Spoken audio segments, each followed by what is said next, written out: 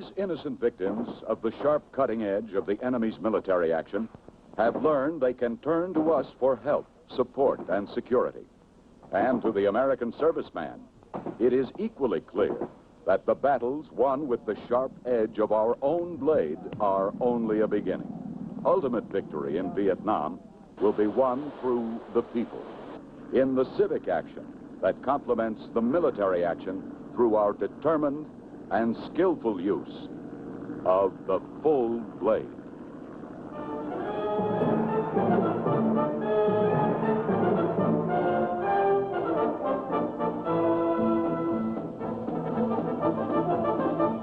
The concept of the full blade became a reality during the rice harvest along the Cam Bien River. A small number of village farmers had asked for help. They knew that in a few nights the Vietcong would come to take what they needed in the form of a rice tax. So the men of the 1st Battalion, 9th Marines, moved inland on an operation called Golden Fleece, a classic example of civic action. On the surface, it might have appeared that this was just another grinding, methodical patrol. But in the coming days, the men of the 9th Regiment would not only save a rice crop, they would challenge more than a decade of communist control with America's first broad employment of the civic action concept in the Far East. South Vietnamese, a rich, fertile, and very carefully cultivated valley. There is a proverb here that says, every inch of earth is an inch of gold.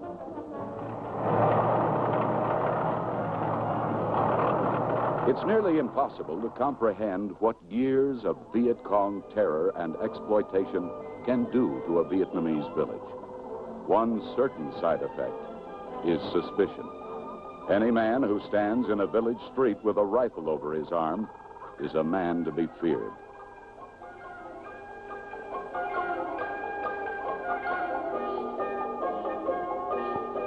But fortunately for the farming people of South Vietnamese, there were others who weren't afraid. They told what they knew about the Vietcong hiding places, talked about the enemy's leaders. The cutting edge would come first. Using village guides, Marine patrols would push the Vietcong out of the valley complex. Then villagers in the area would be brought to a collection point, provided protection in their rice fields during the harvest. This would strengthen the people's desire to help themselves, a basic ingredient in the formula of security, ambition, and self-respect that is the hallmark of the full blade of civic action. As the first combat patrol swept southward through the tributaries of South Vietnamese, a theory long held as gospel by the communist capital at Hanoi began to come apart at the seams. The Americans might fight in the Vietnamese countryside, but any real attempts at a genuine revolution in health, welfare, and self-sufficiency would be directed strictly toward the struggling central government in Saigon. This was the American way of doing things in the Far East. It was this postulate that the men of the 9th Regiment and their village guides began to pull apart during the first moments of contact with a Vietcong stronghold.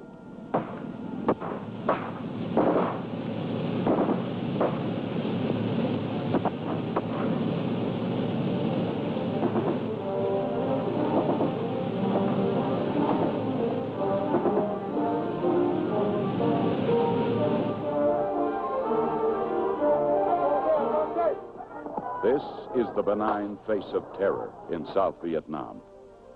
To the farmers and peasants, he is a warrior of the 7-headed dragons.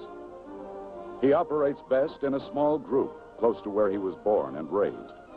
In these natural surroundings, he has identified with and helped to destroy all local governments of the immediate countryside.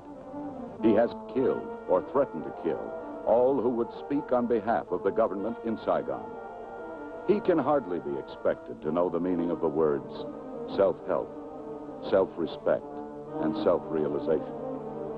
27 of his kind and their stolen weapons of war were captured by Marines during the first day of military operations near Song Cam Bien. But even then, there were areas of doubt.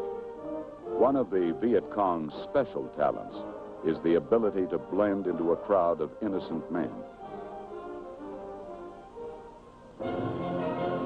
With their initial military objectives secured, the Marines prepared to implement the full blade. If it could liberate the hearts and minds of the people of Song Cam Bien from old Viet Cong influences, if it could work in this small corner of villages, this second phase of war might one day spread over all of South Vietnam.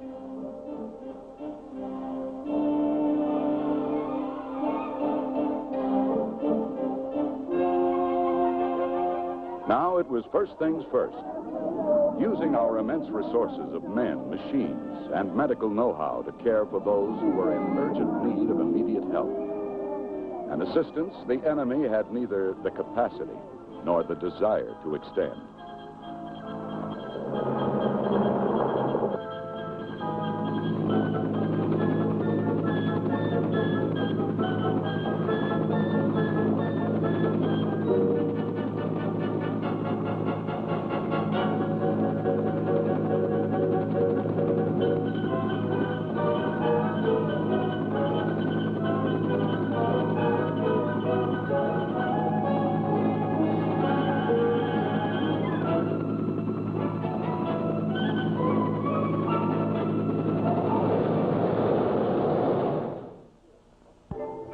For the men ashore, there was still much more to do. Their deeds in the coming days would demonstrate to the Vietnamese, in fact, that the democracy we take for granted is more than idle political theory. For a people whose very existence depends on the crops they cultivate, the most effective sort of civic action had to be in the fields and rice paddies, where the golden fleece was ready for harvest. This wasn't the time to challenge their ancient methods, to marvel at the crude machinery that has served their hands for hundreds of years. The story of the harvesters and reapers, tools of our 20th century, would come later. The important job was to bring in the crop to safety, away from the still very real threat of Viet Cong attack and direct gangland-style collection of rice tax, a tax that in the past has amounted to as much as 75% of the crop. To bring in the golden fleece of the native harvest, the same amphibious tractors that had carried the American servicemen into military action were used now to implement this phase of the civic action. The people, too, had to be brought in from the fields to the collection point. Here, they were given a safe haven, while the diplomats in dungarees brought to a conclusion a people-to-people program that began 10,000 miles away in the homes, churches, and businesses of the United States.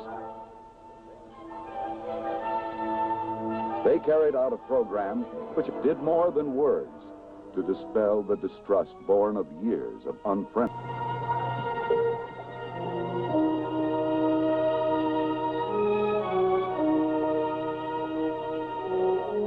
For the little ones, of course, there is no understanding of such words as people-to-people and political ideologies. But the babies unfold to warmth and kindness and food. And with the responsiveness of all children, their bigger brothers soon decide the people-to-people concept should work both ways. Nearby, the rice was being stored away with American servicemen and Vietnamese people, young and old, working side by side in the Golden Fleece. Operation Golden Fleece was a classic example of combined military and civic action. Its fulfilled aim was to supplement the capabilities, needs, and aspirations of a people, so that one day when we are gone, they will be able to carry on alone.